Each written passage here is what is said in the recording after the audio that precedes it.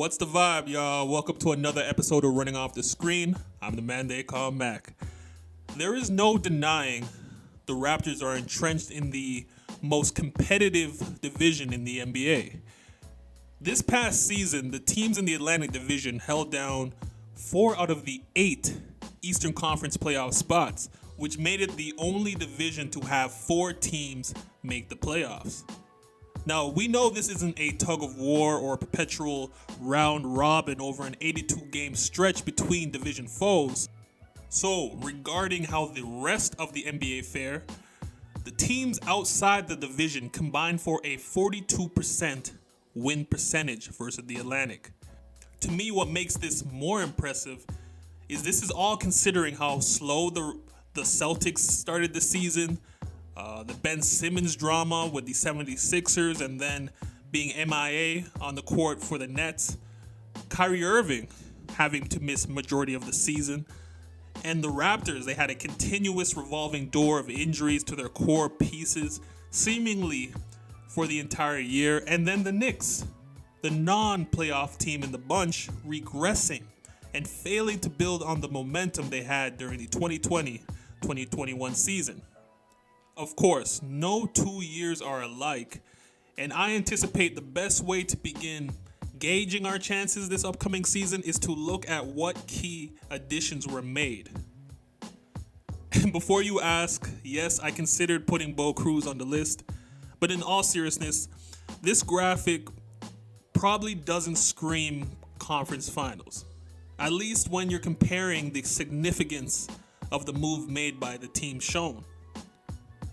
Our complete confidence, or that smug demeanor that true Raptors fans possess, is mainly rooted in the front office's ability to perennially find diamonds in the rough, developing and clearing the way for our guys to reach their full potential.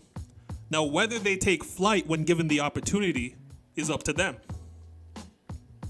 Therefore, I will continue to do my best to lean on optimism, considering to some extent we did cover 2 out of our 3 needs heading into the offseason. We needed a rim protecting 7-footer, someone who can turn into a lob threat or possibly a pick and pop threat, and we got that in Koloko. You know, he's a guy who had 102 blocks in 37 games, for Arizona last season. He has shown decent speed and quickness for a guy his height. He figures to be a great chess piece and systematic contrast to what we're accustomed to these past few seasons. And also, we filled another need in getting a savvy three-point shooting forward who can help on the defensive glass as well in Otto Porter Jr. Essentially, the role Otto Porter Jr. made a career of is what I feel the Raptors were trying to mold Yuta Watanabe and Shvi Mikhailuk into. Now, the Raptors were last in many stats off the bench this past season, including three-point percentage, where they shot 30%. And a guy like Otto Porter Jr. is a career 40% three-point shooter, so that can hopefully become an asset that upgrades our ability to break those zone defenses that get thrown at us. Now, like I said not too long ago, we've covered 2 out of the 3 needs.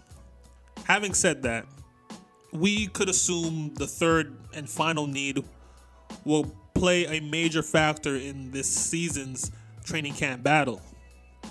And that need, I feel, is a 3-level scoring threat. Just another scorer off the bench. And I'm sober enough to understand we aren't looking at Tyler Hero or Jordan Clarkson type potential here. But there is an emphasis on the word threat when I mention scoring threat as a need. We just need someone who shows the willingness to break down your average NBA defender off the dribble. Yes, the skill aspect must cross the path of willingness.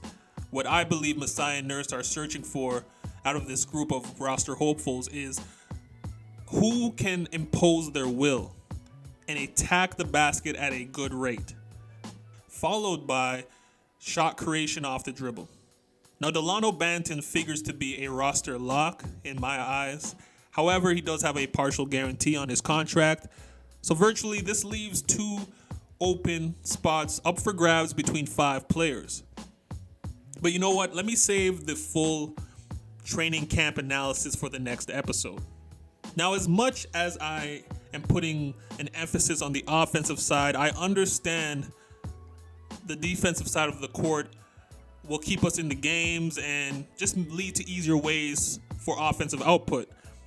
Defensive versatility is the Toronto Raptors calling card, whether it's at the point of attack, help defenders, or just meticulous switching patterns. We are among the elite. Although the league has been slowly catching on and creeping up into this style of basketball. When grading positional versatility in the past 8 years, 9 out of the top 15 positional versatility scores have come from players in the 2021-2022 season. Scotty and OG are both in the top 10. Now, this is a trend that you can bet will continue to grow. And as I said, we are at the top in this regard at the moment. But let us hope the offense will become as versatile as our defense soon. Please let me know in the comments below, just how do you think that we can get offensive impact without making any more major moves? Thank you so much for tuning in.